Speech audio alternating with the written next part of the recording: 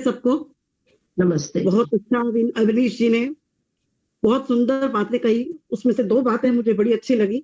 वैसे तो सारी बातें अच्छी थी, अगर उसी को रिपीट करेंगे तो बात समय व्यतीत हो जाएगा। 2 बातें कही कि विविधता में एकता हो ही नहीं सकती। हिंदू, मुस्लिम, सिख, ईसाई बोलो सारे भाई-भाई हो ही नहीं सकते। बोलना चाहिए मानव-मानव, भाई-भाई तो शायद हो जाएँगे। और दूसरा कहा कि यंत्रवत शिक्षा दी जा रही है, तो मुझे ये कहते हुए बहुत हर्ष हो रहा है। कल मैंने मोदी जी का भाषण सुना थोड़ी देर के लिए, वो किसी संस्था में बोल रहे थे और उन्होंने कह दिया कि जो हमारी शिक्षा की जो पाठ्यक्रम है, उसमें से मुगल जो सल्तनत है, मुगल साम्राज्य का सिलेबस सारी क्लासों में से हटा दिया जाएगा।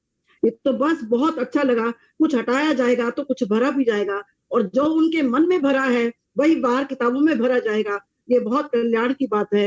ये 73वां गणतंत्र दिवस और 75वां जो हमारा स्वतंत्रता दिवस है, सचमुच हमें हमारे मानसिक स्वतंत्रता की तरफ ले जाएगा।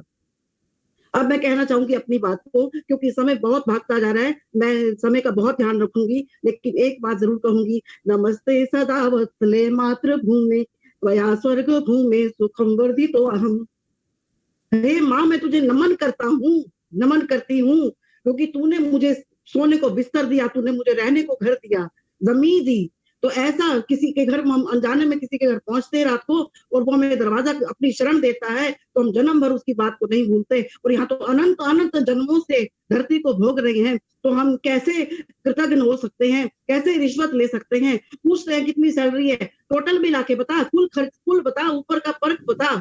तो ये हमें पूछ पूछ के ही हम छोटे बच्चे से के सामने जब बड़ों से पूछते हैं, पूछ पूछ के उस पर्क वाला ही बना देते हैं। वो व्यक्ति पार्क का मालिक बन जाता है पर्क इकट्ठा करते करते, और जो गरीब व्यक्ति है वो रिश्वत देते देते निचोड़ा जाता है। मैं अपनी बात पर आऊंगी। मैंने अभी आज ही विषय पढ़ा कि आपने विषय दे दिया कि आर्य वीर वीरांगनाओं की सूची।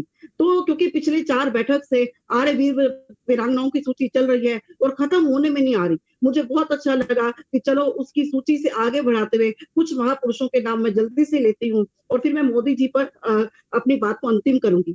मैं याद कर रही हूँ इस समय सूर्य सेन घोष को, इनके बारे में जरूर आपको बताऊंगी। फिर उनके शिष्य अनंत सिंह को, फिर उनके शिष्य खुदीराम बोस को।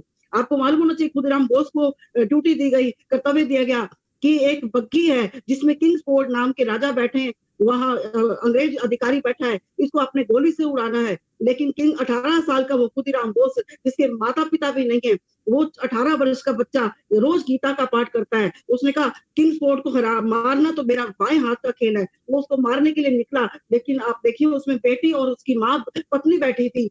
किंग्सफोर्ड तो बच गया, जो देश के साथ गद्दारी कर रहा था, और पत्नी और बेटी के चले जाने पर खुदीराम 18 साल के खुदीराम बोस को फांसी की सजा हो गई। और वो गीता हाथ में लेके कहता है कर्म करना मेरा अधिकार है, मैं किसी भय का मैं अधिकारी नहीं हूँ, भय मैं नहीं रखता हूँ। तो खुदीराम बोस ने इस प्रकार अपनी अपनी फांसी की सजा को स्वीकारा। मैं याद करती हूँ श्याम जी कृष्ण वर्मा को। आपको मालूम है जिनकी अस्थियां 13 दिसंबर 2010 को दी गई, कहा 1930 में वहां उनको फांसी दी गई। महर्षि दयानंद के कहने पर ही वो विदेश गए थे। तो इस प्रकार के महा जो शहीद हैं उनको आज हम नमन करते हैं। और हैं धर्मवीर आर्य जी, जिनको भी कहे हुए केवल मात्र 2 वर्ष हुए, उनकी भी एक बात मैं कहते हुए आगे चलूंगी। उसका थे कन्हैयालाल आर्य जी, भगत सिंह के गुरु रहे हैं, गौरव आर्य जी, राजेंद्र जिज्ञासु जी, नयन कुमार आर्य जी। इस प्रकार इनकी जीवनियां भी अगर मैं कहती तो बहुत कम होता, लेकिन समय नहीं है। केवल मात्र धर्मवीर आर्य जी की एक बात कहूंगी, उसके बाद मैं अपनी एक बात पर आऊंगी कि धर्मवीर आर्य जी अभी अभी 2 वर्ष ही हुए दुनिया से गए हैं। सबको मालूम है कि वो कितने एक वीतराग कार्यकर्ता थे, कितना उन्होंने इल्जामों को सहा, उसके बाद भी देशभक्ति की बातें और वैदिक संस्कृति को बचाने की बातें करते रहे। एक दिन एक सभा में एक व्यक्ति ने कह दिया, मैं नाम नहीं लेना चाहूंगी, वहां उस समय धर्मवीर जी भी बैठे थे, और वो उस व्यक्ति ने कहा कि आप दयानंद का नाम लेना बंद करो, दयानंद आप प्रासंगिक नहीं रहे, दयानंद का नाम लेने से लोग सभा में नहीं आते हैं, आप दयानंद का नाम रहने दीजिए, केवल मात्र वेद का नाम बोलिए। और धर्मवीर जी उठ के चिल्ला के बोलते हैं, इस पंक्ति को आप दोबारा आके दोहराइए, इस पंक्ति को दोबारा दोहरा के देखिए, मैं आपको बताता हूँ कि दयानंद का नाम लेने से दुनिया दयानंद का नाम नहीं लेती, आर्य समाज की संस्था भी यदि दयानंद का नाम मिलेगी तो संस्था चलेगी कैसे? तो ऐसे आचार्य धर्मवीर को जिसने निडरता से उसका मुकाबला किया और उससे लिखित माफी मांगी कि हमें तो कम से कम, ठीक है, यूनिवर्सिटी याद नहीं करती। दयानंद ने अभी आप ये देखिए, आज वेदव्रत जी का मैं भाषण सुन रही थी सुबह सुबह, आचार्य वेदव्रत गुरुकुल के पढ़े हुए हैं और वो वहां पर टीवी पर उनका लेक्चर आ रहा था। वो गुजरात के उपराज्यपाल है, आपको पता ही होना चाहिए, राज्यपाल है। वो कहते थे महर्षि दयानंद ने स्वराज्य की बात की और मोदी सुराज की बात कर रहे हैं, दोनों गुजरात के हैं। मैं ऐसे गुजरात का राज्यपाल बना हूं जहां स्वराज्य की गूंज पहले आई थी और सुराज की गूंज अब आ रही है। अब आते ही अपने मुख्य मुद्दे पर मैं आती हूँ, जिसमें ये कि मैं अभी हम कल सुन रहे थे परसों कि 10 लोगों को मैंने बताया था आपको कि 10 लोगों को मोदी जी ने चुना है, जिनको पुरस्कृत, जिनके नाम की टिकट जारी की जाएगी, जिनको सम्मानित किया जाएगा। वो 10 नाम मैंने बताए थे, मैं उसको नहीं दोहराती दोबारा। 9 नाम बताए थे, लेकिन 10वां नाम नहीं बताया था। वो 10वां नाम मैं आपको बताती हूँ। वो 10वां नाम है गांधी जी का, महात्मा गांधी जी का, जिस पर लोग ऑब्जेक्शन कर रहे हैं कि कम से कम आपको तो महात्मा गांधी जी को याद नहीं करना चाहिए था। उनकी आप बातें देखिए, उन्होंने क्या परोक्ष रूप से गांधी जी के नाम पर कर दिया। ठीक है, एक परिवार ने गांधी जी का नाम की रोटियां सेकी, मैं तो कहती रोटियां नहीं सेकी, छोले भटूरे सेके। एक परिवार ने अपने नाम के पीछे मुस्लिम होते हुए या जो भी होते हुए, ईसाई होते हुए भी अपने पीछे गांधी लगाया और उसके नाम की रोटियां सेक कर आज आप देख रहे हो कि उस परिवार की स्थिति क्या है, उसको कोई पूछने वाला नहीं है। लेकिन मोदी जी ने गांधी गांधी करते करते, यदि गांधी ना करे ना तो दुनिया में उथल पुथल मच जाएगी। लोगों ने इतना प्रसिद्ध गांधी को कर रखा है कि गांधी का नाम लेना ही पड़ेगा। गांधी जपते जपते मोदी जी ने सरदार पटेल की 182 मीटर ऊंची तस्वीर बना दी, जो सरदार पटेल और गांधी जी की आपस में बिल्कुल कटती थी। गांधी गांधी करते करते अब आप देखिए उस पर अरबों रुपए लग गए कि मैंने उसको 2 बार देखा है। सोचिए, इतना जी भरता नहीं है, इतना 182 मीटर, दुनिया की पहला अचरज हो गया है वो। 8वां आश्चर्य नहीं, पहला आश्चर्य। दुनिया में उस 579 मीटर फुट की कोई भी ऐसी तस्वीर नहीं है, ऐसा लोहा नहीं है जिसके अंदर कमरे ही कमरे हैं। आपको जाने का मौका मिले तो देखना, लिफ्ट है सारी उसके शरीर के अंदर, बाहर शरीर है, अंदर पूरा ऑफिस बसा है। कमाल की बात है, ऐसा टावर जो बाहर तो इतने सुंदर लोहे के जूते और लोहे का ऐसा उनका शरीर, रात को उनकी पिक्चर चलती है। तो और आप देखिए 3 साल के अंदर उस पर जो लागत आई है अरबों रुपए की, वापस आ चुकी है। 120 रुपए की टिकट के लिए और 60 रुपए की टिकट के लिए लोग तरसते हैं, टिकट ही नहीं मिलती है। इतने सुंदर तरीके से उस चित्र को बनाया है गांधी करते करते। जय हो मोदी की, जिसने सरदार पटेल को हमारे सामने खड़ा कर दिया।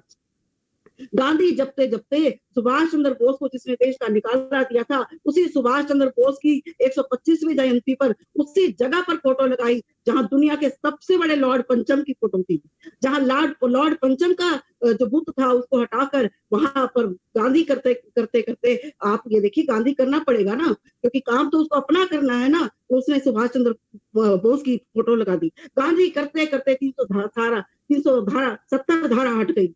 जम्मू कश्मीर जो अलग किया गया था तरीके से कि वहां पर मुसलमान रहने दो, क्योंकि वो ये मॉडल है, ये पूरा का पूरा भारत ऐसे बनना है जैसे कश्मीर है। ये गांधी और नेहरू की चाल थी। गांधी करते करते धारा 370 हट गई। गांधी जपते जपते 2 अक्टूबर को याद करते करते, अब आप देखिए गांधी को याद नहीं किया जाता 2 अक्टूबर को। 2 अक्टूबर को याद करते करते स्वच्छता दिवस कर लिया और लोगों को बहलाते बहलाते लाखों शौचालय बना दिए।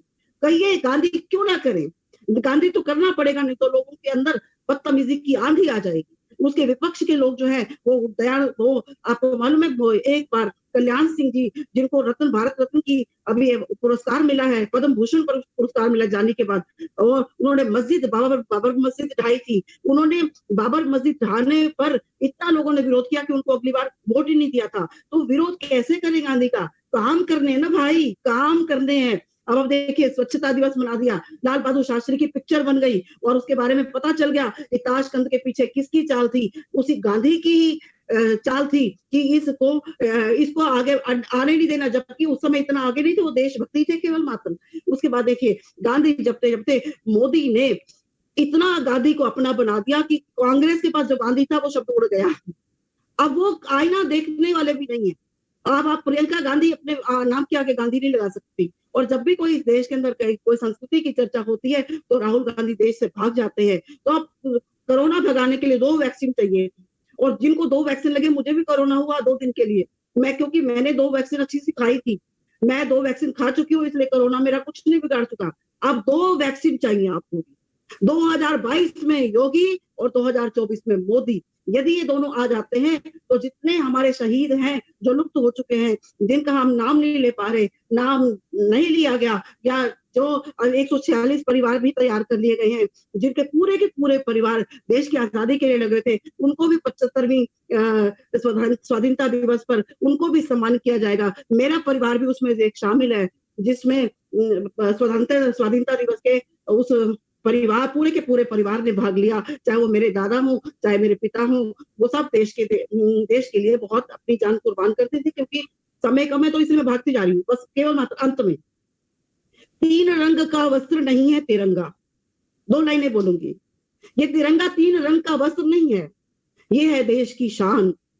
हर भारतीय दिल का है अभिमान। यही है गंगा, सफेद रंग गंगा, नदियां शांति, और यही है गंगा, यही हिमालय। जो हरा रंग है वो हिमालय हरियाली का प्रतीक है। यही है गंगा, यही हिमालय, यही है संत की मान। ऑरेंज कलर आपको मालूम है ना, भारत की संस्कृति को, वैदिक संस्कृति का जो रंग है ऑरेंज है, इसलिए तिरंगा झंडे में पहले 2 रंग थे, लाल और हरा। फिर मैं कभी झंडे की चर्चा करूंगी तो बहुत दुख हो जाएगा, ध्यान रख लेना। 3 रंग का वस्त्र नहीं है देश की शान। हर भारतीय का है अभिमान।